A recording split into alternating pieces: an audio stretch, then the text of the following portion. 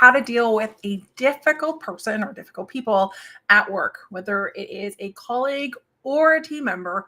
If you're a woman in leadership and you are facing a power struggle or even those difficult individuals, you're like, how do I deal with that person in still a professional manner and get towards that end result that you're looking for, then this video is for you. Now, before I get into the topic, I just want to also highlight the fact that there are just a few last spots this month available for within my LeadHERship Accelerator program. So if you know that your leadership style, your professional challenges, or maybe you just need to have someone that can be a sparring partner for you, because realistically, I've had a lot of clients say this in the past week, it can get quite lonely at the top, then this LeadHERship Accelerator is the place to be. All right, so let's dive into the topic of today. It's all about how to deal with difficult people at work. Now, maybe this sounds familiar for you. You find yourself in a bit of like almost like a power struggle. Maybe it is a colleague that is that was previously a colleague, but now reports into you because you've advanced in your career. And I've had this come up several times with different clients as well. And when that happens, it's like, well, there's this almost innate power struggle of like, well, I was a better person for the job, but you got it, right? So there's this tug of war between, well, I don't really want to listen to you because I know more than you do. And when there's a couple of things that happen, right? So when you find yourself with a colleague or a team member that keeps undermining your authority or is ignoring your instructions, or maybe they're even freezing you out of key decisions and you just get told afterwards like, oh, but you have to deal with this and figure it out, then you might be finding yourself like, oh, do I really want to assert myself in this moment? Because, hey, what if they start thinking I'm just being bossy, or I'm that type of leader again that is just going to use her authority to get what she wants, where that might not be at all the case in reality.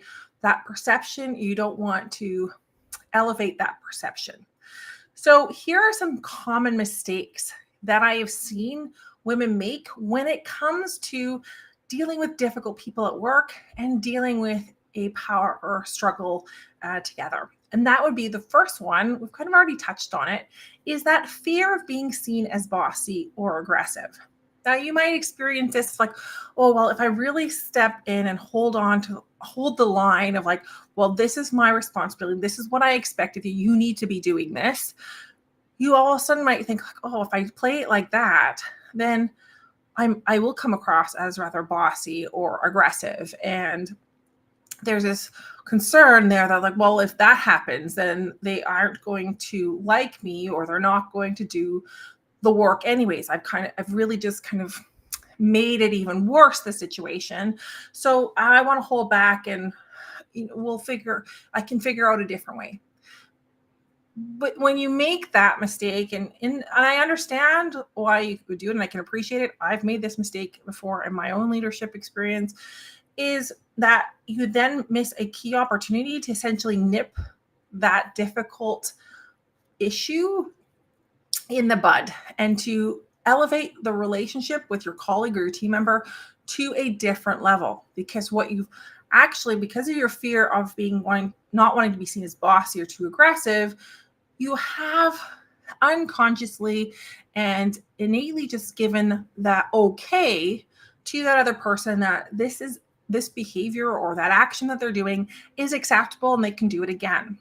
So guess what happens when you avoid that stepping in and taking control of that conversation and that situation? You're only going to get it coming back again and again, but each and every time the problem is going to get bigger. The second mistake I often see is that oftentimes what I find is that women will tend to do the work themselves. So you take the work to yourself and go, well, you know what? I don't want the headache of having to have that conversation with that person, whether it's a team member or a different colleague. You know what? I will just fix the problem myself, even though they should be able, this is their work, this is their responsibility. It is just too much of an energy suck on my end to go in and to do this. So it's easier, it's quicker for me to do it my way. Right. So now you've only increased your workload. And again, you've sent this subtle and unconscious a signal to that individual of like, oh, well, you know what? They're going to fix this anyways. And I still don't have to respect that person or follow their leadership or follow their direction. And the third one is doubting your own ability, so that you hesitate to actually directly challenge. So you might find yourself, especially if you're in the begin phases of into a new role, where like, well, am I allowed to do that? Should I not do that? What's my responsibility? You know, I'm still, you're still trying to find your feet in that new situation. And then it can come up with like, well, I haven't been in this role really long. So do I actually really know what I can do? Is this something that I should be doing? And there's this lingering question, this invisible question that kind of hangs over your head. Like, am I really good enough to demand that, to ask that person to do this? Is that really within my role? Or, maybe let me just figure it out on my own. And then you avoid that direct challenge that they have essentially presented to you, because they want to force their own way through, and you step back from the challenge of taking that on directly because of your own fears and doubts. So those are in a summary, we'll just kind of summarize those up. Those are the 3 common mistakes I see. 1, you fear being seen as bossy or aggressive. 2, you end up taking on the work yourself so that you avoid the confrontation. Or number 3, you end up doubting your own abilities, so you hesitate to directly challenge the other people with that. So if that sounds like you, then please just drop an emoji in the comments, or if you've got questions and you're listening in live, then feel free to also drop any questions in there in the comments below. I will answer them along the way, as well as you can just DM me with your questions. It's always a safe place in my inbox. So let's get into it, right? So let's dive into, not just now we've figured out, okay, well, what might I be doing that is actually exacerbating and making this problem bigger and dealing with difficult people. But I want to give you also 4 ways and 4 different steps from inside my LeadHERship Accelerator program on how you can avoid these mistakes, and also how you can successfully navigate in adapting your own leadership style so that it can be more authoritative, more assertive, without that icky feeling or that concern of like, oh, I'm going to end up being bossy. So let's dive into the first one. The first one is to get really clear on your expectations and intentions. And this is your homework before you even have the conversation. So this is based off of maybe you've had a situation where a colleague who now reports into you has decided, well, I don't need their approval to make these types of decisions. And maybe it's a budgetary decision that that is within your responsibility, but they've decided they can do it on their own. Possibly, maybe it is also just the type of workload of just taking on the responsibilities that aren't within their realm. Maybe they have decided to start taking on different reports or different individuals, which they say, well, I'll do that work, or they pull things to themselves, or even push things off of what they're supposed to be doing because they're like, I don't have to listen to you. Well, if that's the case, do your homework first. So the first part is about getting clear on your expectations and your intentions.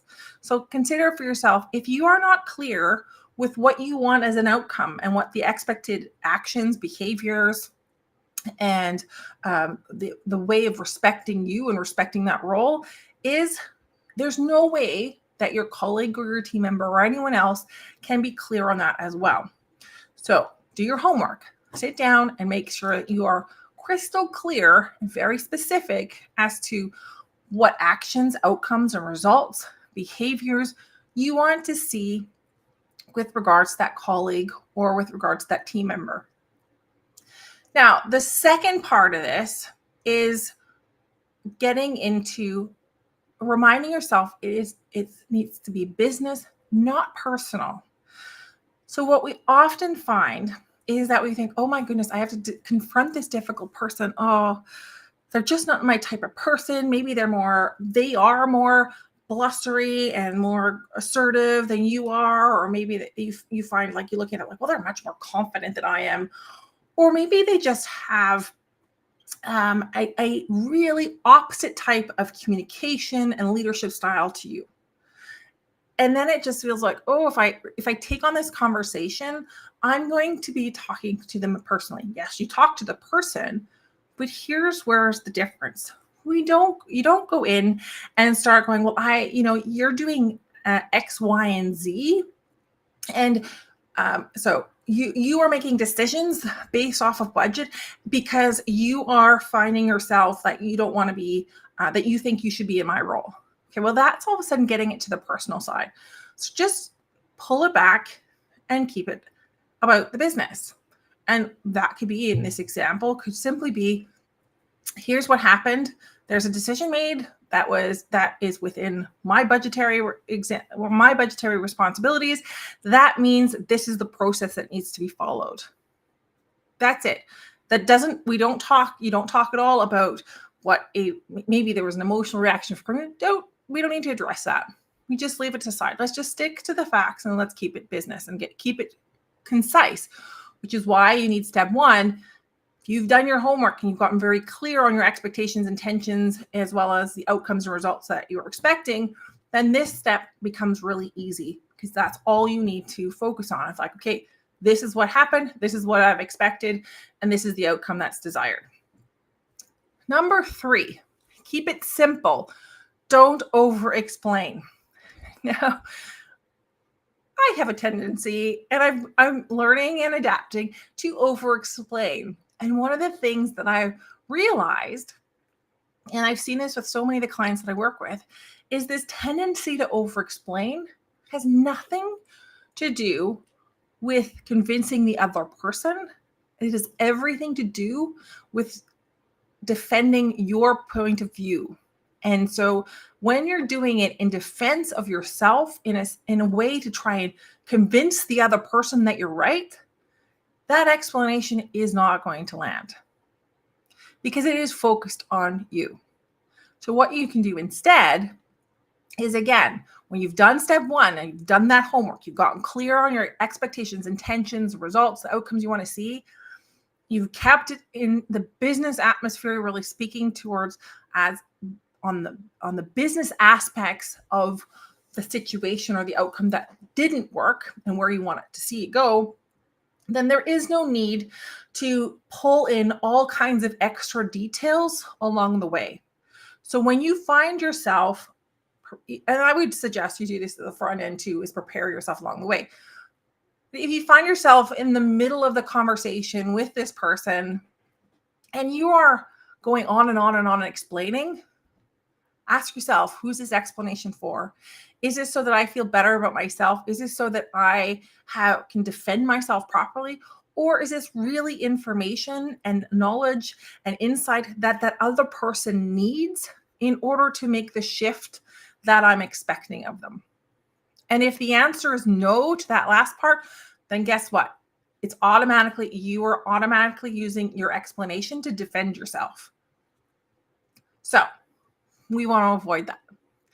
Number 4, and this one, I used to avoid this as well. And I still see a lot of clients getting step 1, 2, and 3, but number 4 is the one that we forget about. And number 4 is this one, this last step is the step in which it is the most powerful step in this entire process. And when you don't do this step right, what ends up happening is that all of the work that you did in step 1, 2, and 3 completely disappears, and you only end up making that situation and those difficult individuals in the relationship with those difficult colleagues and team members, etc., that much worse. So what is step number 4? Step number 4 is following up and ensuring accountability. So what happens with this, if you've had that conversation and there's certain expectations, don't just think, oh, you know what, I've had the conversation, I can wipe it off, I can just kind of forget about it, set it aside, it's done. It's not, because there is a follow-up needed.